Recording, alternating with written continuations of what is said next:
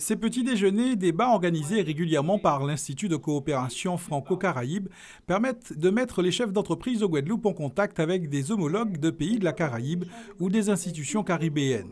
Il s'agissait aujourd'hui de parler possibilité de coopération avec Trinidad en invitant l'un de ceux en charge de cette question auprès du gouvernement trinidadien. Il était important que nous puissions avoir son point de vue et savoir comment les entreprises guadeloupéennes peuvent échanger avec Trinidad, peuvent s'implanter et éventuellement favoriser le commerce entre Trinidad et la région Guadeloupe. Tout en sachant que la Guadeloupe, c'est un département français et que nous n'aurons pas tous les pouvoirs pour faire tout ce que nous voulons. Ce spécialiste de l'informatique et des nouvelles technologies de l'information, Rabindra Jagernauth, intervenait ce matin sur le thème de l'économie des services dans la Caraïbe, un secteur qui représente plus de la moitié du PIB de Trinidad et Tobago et qui génère plus de 60% des emplois du pays.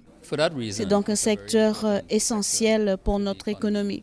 D'ailleurs, le ministère de l'Emploi et le ministère de l'Industrie a reconnu ce fait, en particulier lorsqu'il a cherché à diversifier les ressources. Et nous savons que Trinidad est essentiellement une économie qui est basée sur le gaz et le pétrole et a reconnu que c'était dans le secteur des services qu'il y avait le plus d'opportunités.